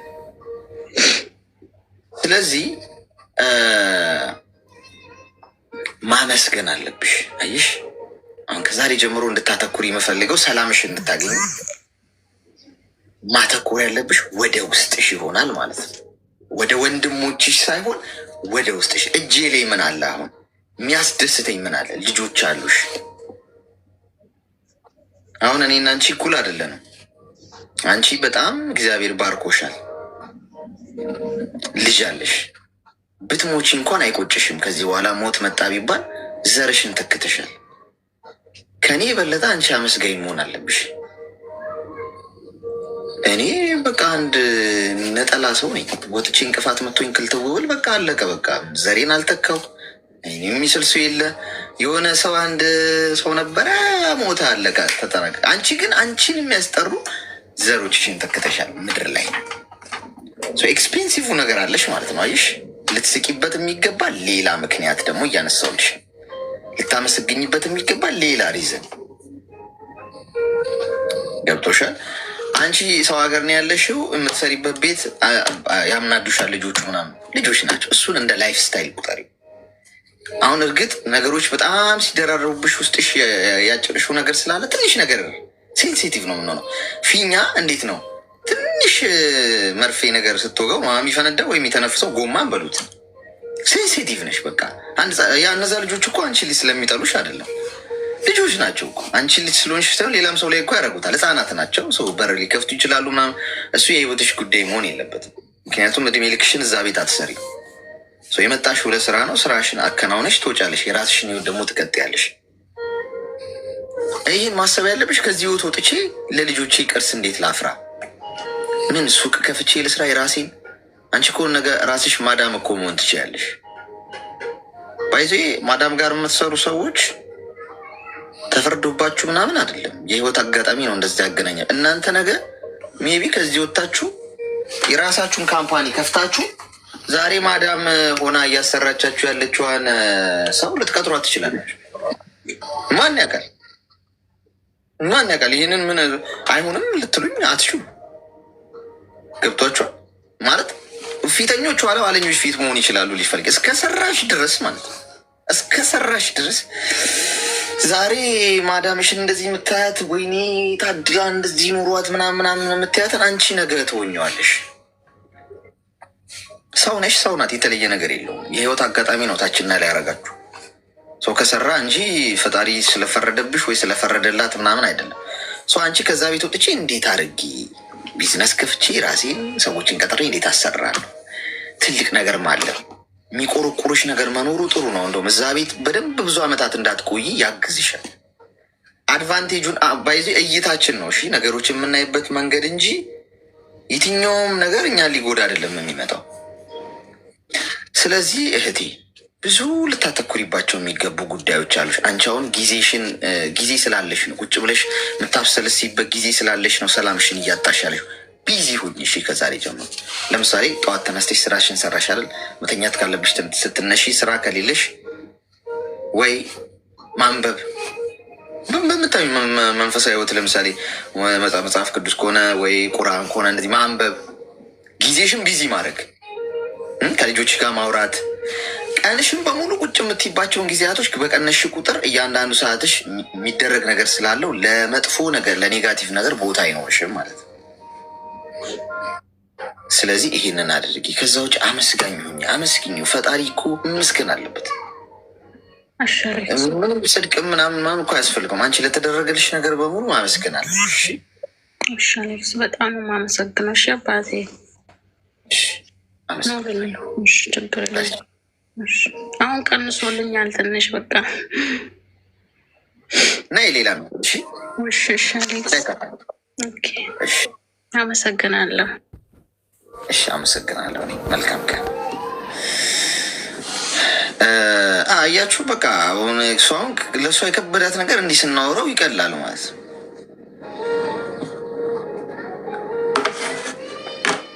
አየር በነፃ ፀሐይ በነፃ ሰጥቶን ፈጣሪ መምሸት መንጋት በነፃ ምንም ሳንከፍልበት ግን አናመሰግነው። ስራ ሰርተን እንኳን ደሞዝ በጊዜ ከሰጡን ግን አሰሪዎቻችንን እናመሰግናለን። ወይኔ ጥሩ አሰሪ እኮ ነው ያለኝ ምርጥ ሰው ምናምን። ትናንት እኮ ገሌ እኔ እንኳን ታመሰግኑኛላችሁ አይደላ? ብዙዎቻችሁ የጠቀመኝ ነገር ነው ብላችሁ አሁን ፈጣሪ ካረገላችሁ በላይ ማን አድርጎላችኋል? ግን እኮ አልመስግንህ ነው አናውቅም። አይገርም? እውነቴን እኮ ነው። የምትተነፍሱት አየር እኮ ንብረቱ እኮ ነው፣ ገንዘቡ እኮ ነው ጋይስ። የምትተነፍሱት አየር የምንምገውና የምናስወጣው ነው አይደለም? እውነቱን ስንነጋገር ቢከለክል እኮ መብቱ ነው። ለዛ ቴንኪው ይገባዋል ክሬዲት።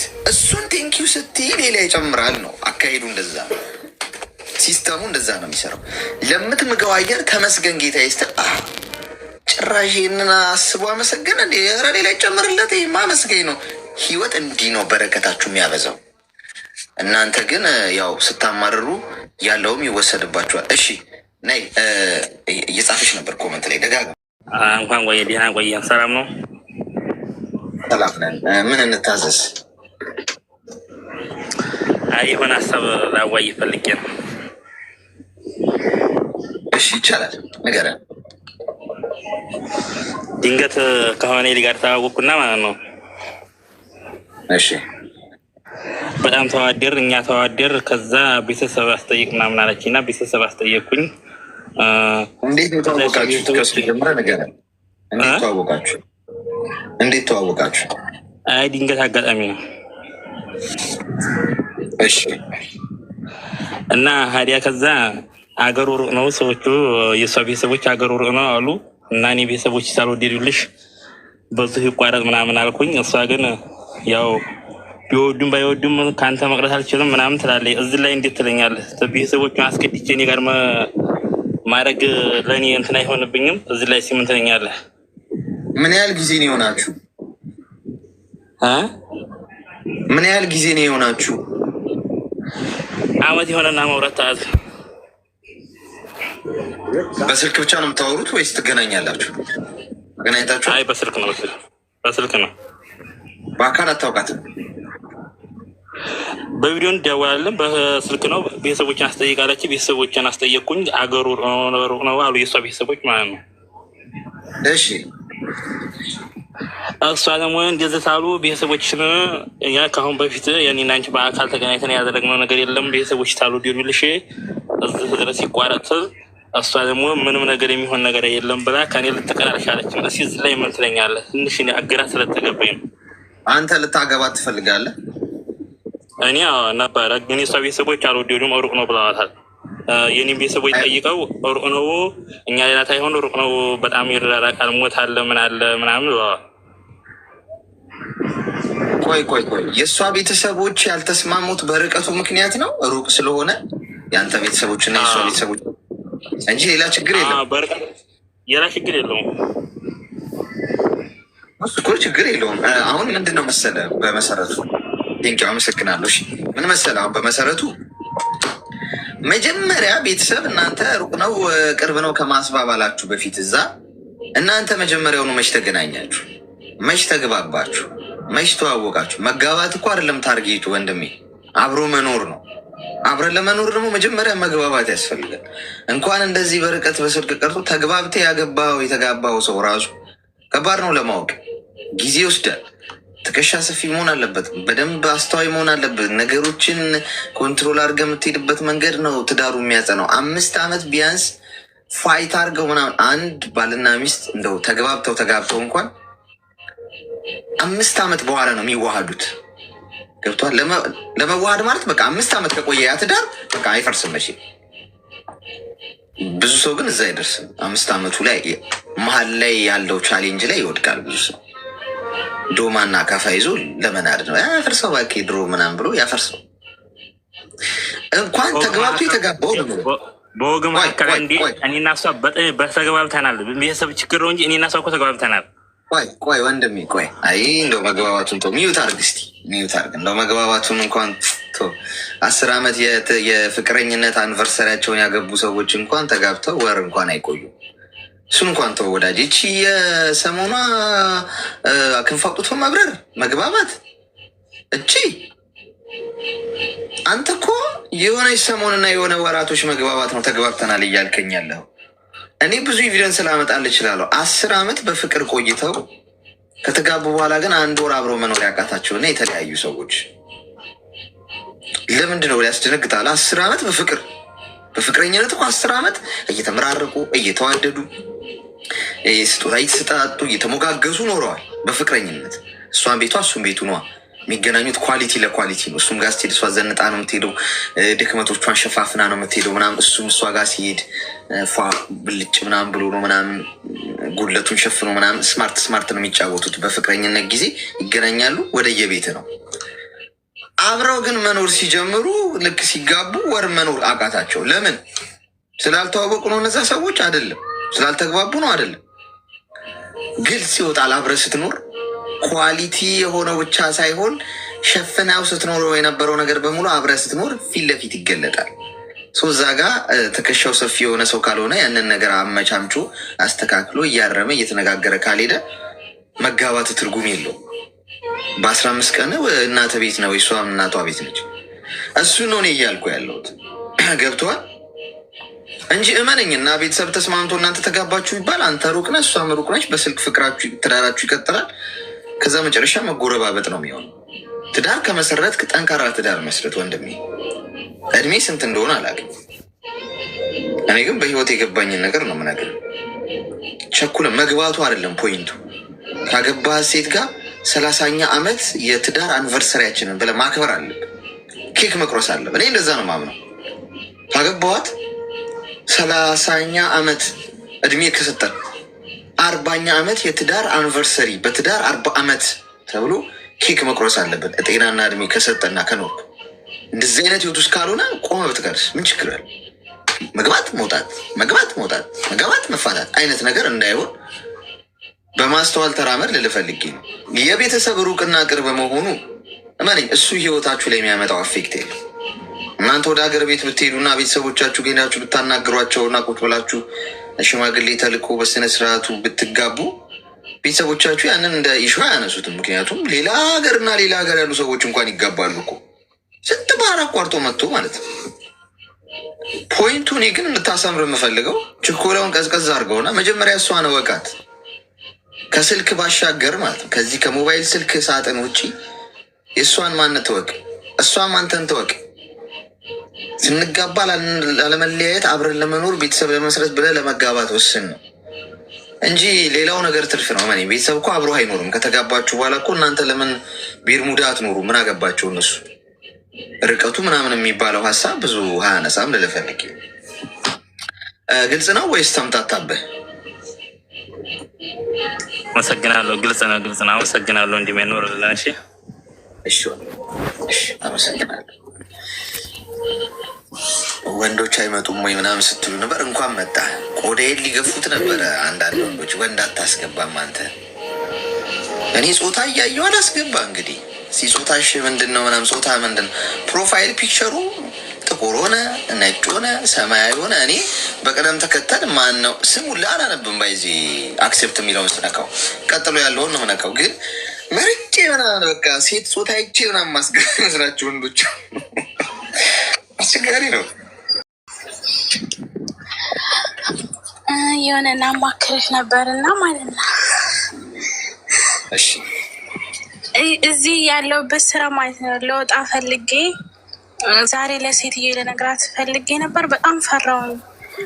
ያኔ እኔ ኮንትራት አይደለሁም እና መወሰን ከበደኝ ታውቃለህ ወይ? በቃ እስኪ ትንሽ ልስራ ምናምን እልና ከዛ ደግሞ ቤቱ አልተመቸኝም ታውቃለህ። ግን 1 አመት ሰርቻለሁ። አሁን ቤት ስለቀየሩ አልተመቸኝም። ገባ ልወጣ ማለት ደግሞ ደሞዙ ትንሽ ሆነብኝና ለወጣ ፈልጌ ነበር እና ሴትዮ እንዴት እንደማናገር አፈራው ነው። ከዛ ቆይ እስኪ እሺ ምናምን ብዬ ደግሞ ረመዳን ኖ ኮንትራት አይደለሁም እና እንደዚህ ዝም ብዬ ነው የምሰራው። ማለት ህገወጥ ከወሽ እኮ ታዲያ ምንም እኮ ማለት የሚቆጣጠርሽኝ የለም እኮ። አንቺ በፈለግሽ ሰዓት መውጣት ትችላለሽ። ለምንድነው መውጣት ይፈልግሽ? ለምንድነው የምትወጪው? ኖ ከአመት በላይ ሰርቻለሁ እዚህ ቤት እና አሁን ቤት ቀየሩ። እዚህ አሁን 1 ወር ሰራሁኝ እዚህ አዲሱ ቤት ማለት ነው። እና ቤቱ ትልቅ ነው። ምግብም ጽዳት ምን ነው የምሰራው። ብሩ ደግሞ ዝቅተኛ ነው። ገባ እና ደግሞ ዋይፋይ ደግሞ የለኝም። ያኔ አሁን ውጭ ላይ ከቤቱ ጀርባው ነው ማውራት። ከቤተሰብ ጋር ማውራበት ጊዜ የለኝም። ራሴን ለመጠበቅ ለራሱ ወላሂ እስቲ ጸጉሬን እንኳን ማበጠር ለራሱ ሰዓት የለኝም። እና መውጣት ፈለግኩኝ ማለት ነው እኮ። ምን አይፈቅዱልሽም ነው እንደዛ ለማድረግ? አሁን ያልሻቸውን ችግሩ ነገሮች ሁሉ ከቤተሰብ ጋር ለማውራት በቃ ጠዋት እስከ አይፈቅዱም ማለት በቃ በስራ በቃ ቢዚ ሆናለሁኝ እና ለመውጣት ፈልጌ ደግሞ ማለት ነው ሌላ ቦታ መጥፎ ቦታ ቢያጋጥመኝ ምናምን ብዬ ደግሞ ፈራሁ። ያኔ ስራ መፍታት አልወድም እና ግራ ገባኝ። አሁን ሴትዬ እንዴት ነው የምነግራት? አሌክስ የምር ጨንቆኛል በጣም። አንቺ ደሞዝ እንዲያስተካክሉልሽ ነግረሻቸው ነበር? አልነገርኳትም። ለምን አትነግሪያትም?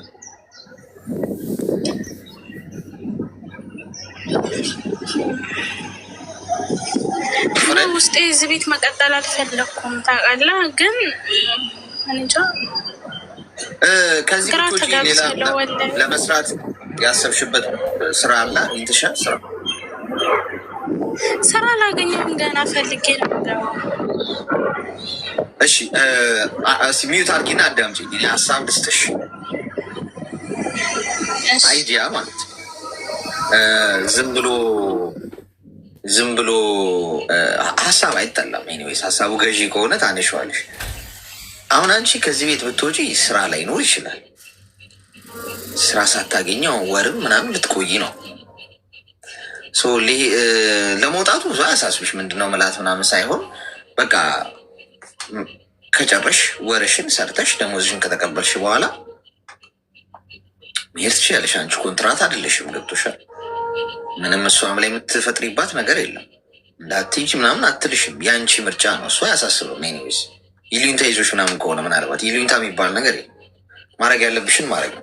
ግን ከዚህ ወጥተሽ ስራ ልታገኝ ማትሽባቸው ስራ ላታገኝ ትችላለሽ።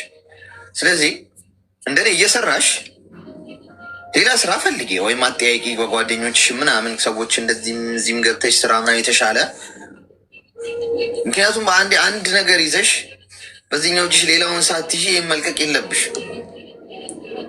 ስራ ፍትሽ ትቀመጪ ትችላለሽ። ከዛ በኋላ ምናው ይሄንን ስራ ባለቀቅኩ የምትይበትን ቀን ሊያመጣብሽ ይችላል ጊዜው። ምንም ይሁን ላገኝ እንጂ ለስራ ብለሽ እስክታብጂ ድረስ በስራ ጦት እንትን ልትይ ትችላለሽ። ከአንዱ ወደ ሌላው ሽግግር ማድረግ ነው ያለብሽ። ትራንዚሽን ደግሞ ትንሽ ፔን አለው።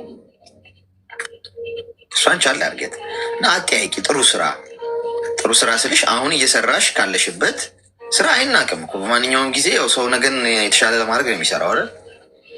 እየሰራሽ ስራ አጠያቂ በጓደኞችሽ ከዛ ልክ ተገኘ ሲባል ስለ ስራው አይነት ስለምናምን ደሞዝ ሁኔታ ጨርሰሽ ሁሉን ነገር ጠረጴዛ ላይ ታረጊዋለሽ ማለት ነው። ስትወጪ ቀጥታ ወደዛ ነው የምትገቢው። ህይወትሽም አይስተጓጎልም፣ ስራሽም አይስተጓጎልም። አንቺ ከዛኛው ህመም ከዛኛው ጉዳት ወደ ተሻለ ነገር ትሸጋገሪያለሽ ማለት ነው። በዚህ መልኩ ብታደርጊው ጥሩ ነው። የጨነቀሽ ነገር ለመናገሩ ከሆነ መብትሽ ነው። ምክንያቱም እሷ ወረቀት አላሰራችልሽም አላለችም። ለመሄድ ግን አንቺ መጀመሪያ የራስሽን ማረፊያ አዘጋጂ ነው ግድ የለሽ።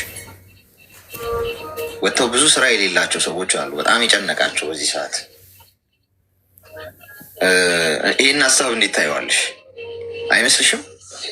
አሌክሶች ግን በኋላ እኮ ቢጸጽተኝ እስከዚህ ወጥቼ ስራ ባጣ ወይም ደግሞ እኛ ህገ ወጦች የሚያስጠላው እዚህ ሀገር ምን እንደሆነ ታውቃለህ? ቋሚ አያሰሩም። በቃ 1 ወር 2 ወር አሰርተው ውጭ ይሄዳሉ ማለት ነው። እና ስራ ለማግኘት ብቻ የምር መወሰን ልቤ በጣም ጨንቆታል። ይህም ስለጨነቀኝ ነው እኮ እሱን ያልኩሽ እኮ። አሁን ወጥተሽ ስራ እንዳታገኝ ባጣስ የሚለው ስጋት ለማስቀረት እዚሁ እየሰራሽ ምን አድርጊ፣ ሌላ ስራ ፈልጊ። አሁን እዚህ ውስጥ ያሉ ጠያይቁልኝ በይ፣ ሌላም ጓደኞችሽም ንገሪ። ዝም ብለሽ ስሪ። ተገኘ ስትባይ እርግጠኛ ስትሆኚ ከዚህ ለቀሽ ወደዛ ትወጫለሽ። አለበለዚያ ግን ስሪ ግዴ። እሺ እሺ አሌክስ፣ እሺ አመሰግናለሁ። ራስሽን ደግሞ ጠብቂ። እሺ እሺ አሌክስ፣ ራሳችሁን ጠብቁ። ስራ ሰሩ ጓዶች። ገንዘብ ሁሉ ነገር አይደለም። ገንዘብ ሁሉ ነገር አይደለም ጋይስ። እየሰራችሁ ጤናችሁን ያጣችሁ ቀን ገንዘብ ምንም እንዳልሆነ ይገባችኋል። ይህን ምላችሁ ስላየሁት ማጣትን እስከ ጥግ አይቼው አውቃለሁ። ማግኘትንም እስከ ጥግ ጊዜ ድረስ አግኝቼው አውቃለሁ። ሁለቱም የሚያስገርም ነገር የለውም። ያው ስታጡ ማግኘት ነው የሚያስደንቃችሁ ነገር፣ ስታገኙ ደግሞ ሌላ ደግሞ በቃ ሁሉም ነገር ተራ እንደሆነ ይገባችኋል። ምንም ታውቃላችሁ። ይህን ምናልባት አሁን ላጣ ሰው ይህንን ብትነግረው ወይም የማያገኝ ይመስለዋል። ላጣ ሰው ማግኘት እኮ ምንም ፋይዳ የለውም፣ በቃ ተራ ነው፣ ሁሉ ነገር ከንቱ ነው ምናምን ብትለው እስኪ ላገኝና ይላል። ግን እመኑኝ በህይወት እንደ መኖር ሰላምና ደስታን የመሰለ ዋጋ የማይገዛው ነገር የለም። ገንዘብ የማይገዛው ሰላምና ደስታ፣ ጤና ነው። የእውነት ነው የምላችሁ። ገንዘብ ላጣ ሰው እርግጥ እንዲህ ብትለው ፌዝ ነው የሚመስለው። ግን እመኑኝ የእውነት ከልብ የምነግራችሁ ነገር ስትሰሩ ራሳችሁን ጠብቁ፣ ጤናችሁን ጠብቁ። አትራፊ ነጋዴ መሆን የምትፈልጉ ከሆነ ጤናንም ሴቭ አርጋችሁ ገንዘብንም ሴቭ አርጋችሁ፣ ገንዘብን ሴቭ አርጋችሁ ጤናችሁ ግድ ሳይሰጣችሁ ኬርለስ ሆናችሁ ሉዝ ብታደረጉ ሴቭ ያደረጋችሁትን ገንዘብ በሙሉ ወስዳችሁ ምን ላይ ታውሉታላችሁ? ያጣችሁትን ጤና መልሳችሁ ለማግኘት። ቀልድ የለም። እኔ የማደርገውን ነው የምነግራችሁ። መንገድ ላይ ቢሮ ውስጥ ተኝታችሁ ተነስታችሁ ጉዞ ላይ የተለያየ ሀገር በተለያየ አየር ሰዓት በተለያየ ሁኔታ ውስጥ ሆናችሁን የተከታተላችሁ የነበረው እዚህ ኑ። እሺ የእናንተ ቤት ነው ይሄ። ሜምበር ሁኑ ምላችሁ ለዚህ ነው። በቃ ሜምበር ሁኑ፣ ላይፍ ስሩ፣ ተንፍሱት። የከፋችሁ ተስፋ የቆረጣችሁ ብቸኛ ነኝ ብላችሁ የምታስቡ ሰዎች ወንድም ከፈለጋችሁ ይኸው እኔ ወንድም አለውላችሁ። መወለድ ቋንቋ ነው ጓድ። የትም ተወለድ ምንም አብሮ የተወለደ ሰው ራሱ አሁን ሊሸጥ ይችላል። ቅድምም ስላቸው ነበር ዮሴፍ በወንድሞቹ የተሸጠው አለቀ። ወንድም ሆኖ ሊሸጥ ይችላል። ምንም መወለድ ቋንቋ ነው። አብሮ ደግሞ ያልተወለደ ነው ጥሩ ወንድም ሊሆን ይችላል። ሰው የለኝም ብቸኛ ነኝ ብላችሁ የምታስቡ ሰዎች ይኸው እኔ አለውላችሁ። በማንኛውም ሰዓት ታማክሩኝ የምትፈልጉት ነገር ሲኖር ይጨንቃችሁ ኑ። ይህም ደስ ብሎኝ ነው ከእናንተ ጋር ማሳለፈው። እዚህ ጋር ይህ ሰዓት በቢሊየን ብር አልቀይረውም። እውነቴን ነው የምላችሁ። አንያ ከልቤ ነው የእውነት ደስ ብሎኝ ከምንም ኢንቴንሽን አይደለም። በቃ ይሄ እንትኑ ደስ ይላል ያለን የምናወራው ነገር ምናምን እና ሰው ነገ በተመሳሳይ ሰዓት እንገናኛለን። እየመሸ ያለበት ሀገር የምትኖሩ ደህና አደሩልኝ። እየነጋ ያለበት ሀገር የምትኖሩ ደግሞ መልካም ይስራ ቀን